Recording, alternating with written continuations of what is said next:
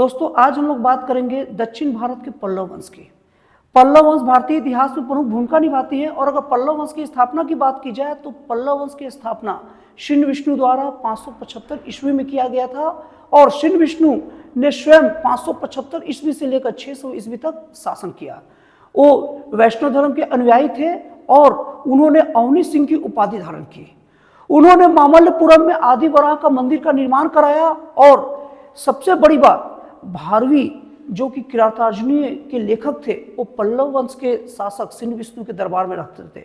दोस्तों point should be noted, Kiratarjuniya के लेखक भारवी शिन विष्णु के दरबार में रहते थे। एक क्वेश्चन अक्सर आता है एग्जामिनेशन में, आप लोग इसे नोट कर लीजिए और अभी कॉपी पेन लेकर तैयार रहिए।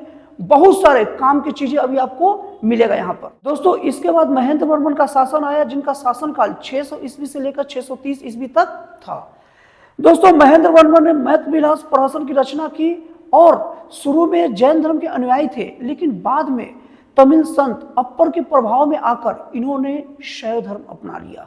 दोस्तों पॉइंट शुड बी नोटेड, मत विलास प्रहसन की रचना महेंद्र वर्मन ने की थी, जो खुद राजा भी थे और शुरू में ये जैन धर्म के अनुयायी थे, लेकिन बाद में इन्होंने तमिल संत अप्पर के प्रभाव में आकर शैव धर्म को अपनाया और उसकी ओर इनका झुकाव होते गया। तो इसके बाद शासन आता है नरसिंह वर्मन प्रथम का, जिन्होंने 630 ईस्वी से लेकर 668 ईस्वी तक शासन किया और महाबलीपुरम के एकात्मक मंदिर, जिन्हें रथ भी कहा जाता है, इनका निर्माण नरसिंह वर्मन प्रथम के शासनकाल में हुआ।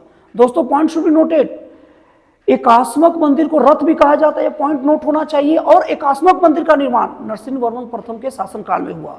दोस्तों नरसिंह वर्मन प्रथम ने वादपिकोंड और महामल्ल को उपाधि धारण की। और दोस्तों चीनी ज्ञानी, चीनी यात्री ह्वेनसांग नरसिंह वर्मन प्रथम के शासनकाल में ही दक्षिण भारत की यात्रा पर गए। दोस्तों एज जी के पुराना हो गया है कि ह्वेनसांग किनके शासनकाल में भारत आ गए। वो तो सब जानते हैं कि हर्षवर्धन काल के शासनकाल में, हर्षवर्धन के समय में शासनकाल में ह्वेनसांग भारत आए थे, लेकिन दक्षिण भारत किसके शासनकाल में आए थे? वो है नरसिंह वर्मन प्रथम। ये बहुत इंपॉर्टेंट चीज है, इसे आप लोग नोट करके रखिएगा। दोस्तों इसके बाद शासनकाल आता है परमेश्वर वर्मन का, जिनका शासनकाल बहुत कम समय के लिए था, 668 से 670 ईस्वी तक था। इन्होंने महाबलीपुरम में गणेश मंदिर का निर्माण कराया था। दोस्तों उसके बाद शासनकाल आता है नरसिंह वर्मन द्वितीय का। इनका इतिहास बहुत ही इंपॉर्टेंट है और कॉपी पेन लेकर इनकी चीजों को नोट करना चाहिए।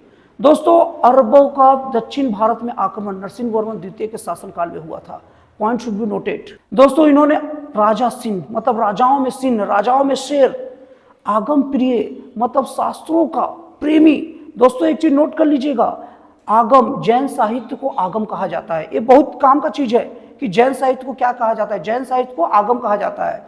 तो इन्होंने आगम प्रिय मतलब शास्त्रों का प्रेमी और उसके बाद शंकर भगत मतलब बाबा भोलेनाथ के भक्त की उपाधि से अपने आप को पूरा विभूषित किया था इन्होंने। और दोस्तों कांची के कैलाश मंदिर का निर्माण भी इन्हीं के शासनकाल में हुआ था।